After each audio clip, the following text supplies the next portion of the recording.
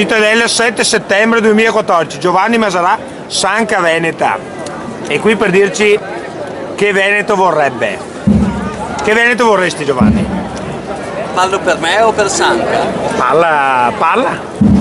Allora, io vorrei un Veneto attento all'ambiente, un Veneto attento ai diritti, un Veneto che potrei chiamare un Veneto arcobaleno fatto di tante culture, ma che è conscio delle sue radici, che è conscio della storia che lo costruisce. Un Veneto che, sapendo qual è la sua casa, può viaggiare libero in giro per il mondo. Un Veneto attento ai bisogni soprattutto di coloro che hanno meno.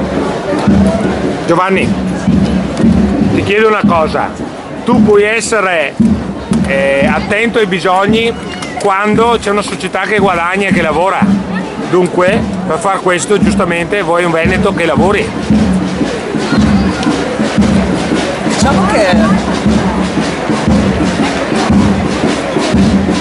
una società dove si possa lavorare ed essere rispettati per questo. Esatto.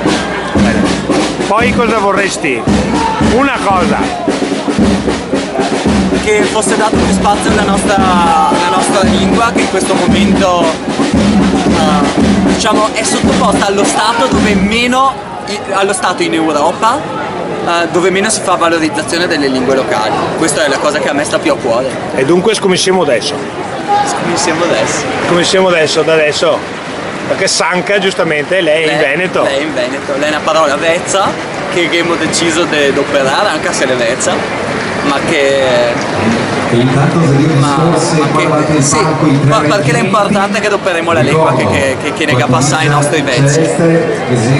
Benissimo, fra quanto saremo indipendenti? Bella domanda.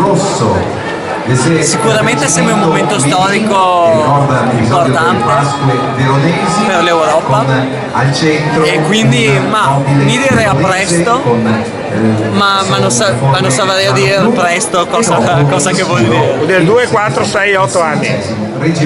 Sì, 6 anni, grazie mille.